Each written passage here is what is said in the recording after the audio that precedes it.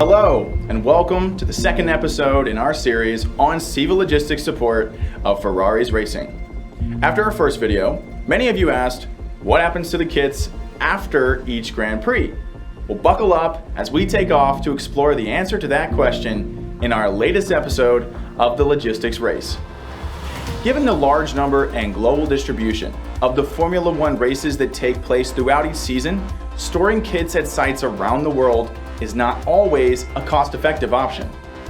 Instead, the most efficient route is to return the equipment back to Italy, which also allows the Ferrari teams to check over and fix any issues with the equipment itself. Earlier this year, after the Saudi Arabian Grand Prix, kit number 2 quickly left Jeddah on a vessel that was bound for Scuderia Ferrari's headquarters in Maranello via the port of Genoa. The same was enacted for kit 4, previously used in Melbourne. It too traveled its same route, in this case between Italy and Australia, but in reverse. Finally, kit number 3 made its way back to Italy from Baku, this time mostly by road thanks to a convoy of 6 trucks. However, the choice of returning home isn't always the most efficient option. When Ferrari has 2 Grand Prix events on the same continent, the SIVA logistics team faces a separate challenge of ensuring that the kits are transported safely and, of course, on time.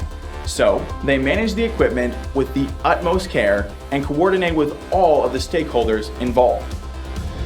Let's use the example of kit number 5. After arriving from Italy for the Miami Grand Prix on May 7th, it was more efficient for the kit to stay within the same continent until the Montreal Grand Prix on June 18th.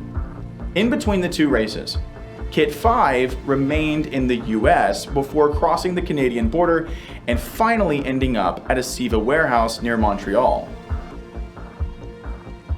For more insight, let's hear from Jean-Pierre Cowan, one of our on-site SIVA experts. Hey Jean-Pierre, with kits going all over the world at different times, how do you keep everything straight? Hi Eric, logistics is like a cooking recipe. There are many ingredients that need to be brought together at the right time with talent, and you can't learn that one day. For SIVA Logistics, the ingredients are loading, transportation, coordination, safety, storage, and time management. As to talent, our customers can tell we show it every day. So finally, a little flashback to the month of May. Unfortunately, the Imola Grand Prix was canceled due to severe weather conditions. SIVA had to quickly adapt to reroute equipment as a result of that unexpected change. Fortunately, our agile team was ready with new solutions. For Monaco, kit number 1 left Maranello by truck for the short trip to reach the Grand Prix site. Similar to Charles and Carlos, our truck drivers had to be extremely cautious navigating Monaco's narrow streets, especially with our drivers carrying a payload of more than 70,000 pounds. As soon as the race was over in Monaco, the kits truck convoy set off for the Spanish Grand Prix in Barcelona.